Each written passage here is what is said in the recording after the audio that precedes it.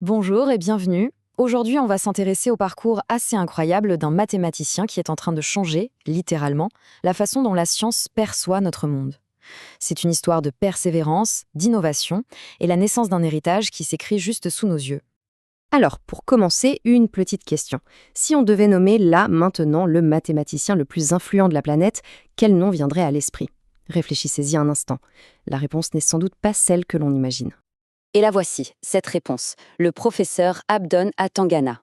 Un mathématicien de 37 ans, originaire du Cameroun, aujourd'hui basé en Afrique du Sud. Et oui, il est au cœur d'une véritable révolution dans le monde des mathématiques appliquées.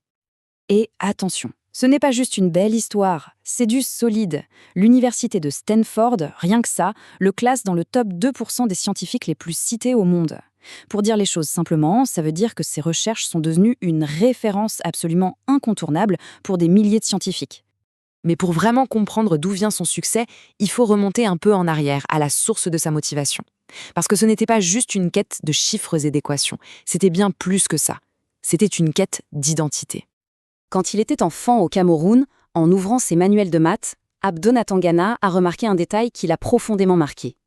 Tous ces grands théorèmes, ces formules géniales, portaient les noms de Newton, Leibniz, Euler, des Européens, des Américains. Mais jamais, au grand jamais, un nom africain.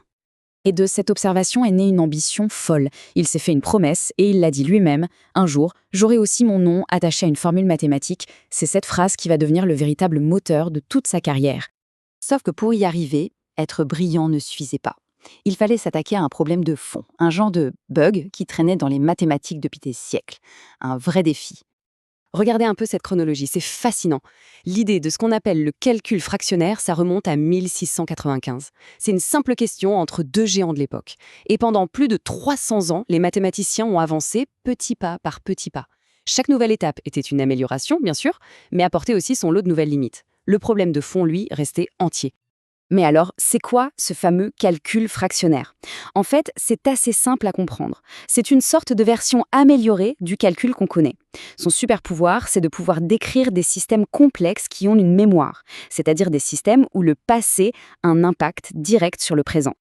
Et ça, c'est vraiment le cœur du sujet. Le calcul classique, celui qu'on a tous appris, il est parfait pour calculer la vitesse d'un objet à un instant t. Point. Mais dès qu'on veut modéliser des choses plus complexes, comme la propagation d'une épidémie, la diffusion de la chaleur ou même les fluctuations des marchés financiers, eh bien là, le passé compte énormément. Et c'est là que la mémoire du calcul fractionnaire devient absolument cruciale.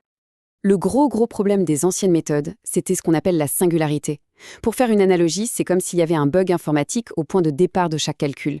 Une sorte de défaut de fabrication mathématique qui empêchait de modéliser la réalité avec une bonne précision. Et c'est précisément ce bug que le professeur Atangana a décidé de résoudre. Son idée, ce n'était pas juste d'améliorer un peu la machine, non. C'était de forger un outil complètement nouveau. Et voilà le moment clé. En 2015, une première avancée, la dérivée de Caputo-Fabrizio, règle le problème de la singularité. C'est super, mais son noyau est local. En gros, elle perd une partie de la fameuse mémoire du système. Et puis, un an plus tard, en 2016, Atangana et son collègue Baleanu arrivent avec leur solution. Non seulement elle n'a pas de singularité, mais en plus, elle est non locale. Elle garde toute la mémoire du système. C'était la pièce qui manquait au puzzle depuis des siècles. En résumé, sa nouvelle dérivée, elle a deux super pouvoirs. Primo, elle est non singulière, fini le bug mathématique. Deuxio, elle est non locale. Elle capture parfaitement la mémoire du passé. Le résultat de tout ça, un outil beaucoup plus précis et puissant pour tous les scientifiques qui essaient de comprendre le monde réel. Et l'effet de cet nouvel outil a été spectaculaire et immédiat. Il n'a pas seulement résolu un vieux problème, non, il a ouvert des portes incroyables pour des milliers de chercheurs. On parle d'un vrai changement de paradigme. Il suffit de regarder la diversité des domaines où on l'utilise maintenant. De l'ingénierie à la médecine, en passant par la modélisation du climat, la physique, la gestion de l'eau et même l'économie, la dérivée d'Atangana Baleanu est partout. C'est la preuve ultime de la portée universelle de son travail. Et pour mesurer cet impact, rien de tel que les chiffres. Son indice Achiné, qui est une sorte de score de l'influence scientifique, atteint le niveau exceptionnel de 77. Ça le place directement dans l'élite mondiale. C'est aussi un chercheur incroyablement productif, jugé plus tôt. Il est l'auteur de plus de 460 publications scientifiques. C'est phénoménal. Mais le chiffre le plus fou, c'est peut-être celui-ci. Ses travaux ont été cités plus de 24 000 fois. 24 000! Il faut bien réaliser ce que ça signifie. Chaque citation, c'est un autre scientifique qui, quelque part dans le monde, s'est appuyé sur ses recherches. Sa formule est devenue un standard. Alors, oui, le professeur Atangana a réussi son pari fou. Son nom est bel et bien attaché à une formule. Mais son héritage, aujourd'hui, va bien au-delà des mathématiques. La reconnaissance est mondiale et prestigieuse. Il a reçu la plus haute distinction de son pays, le Cameroun.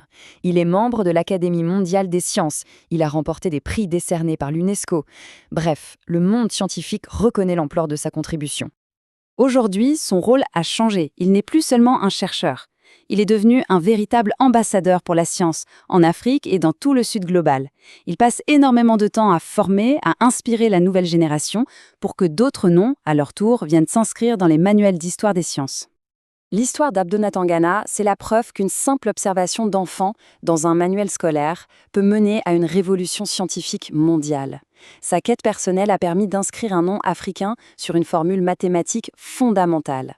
Alors la question qu'on peut se poser pour finir, c'est qui sera le prochain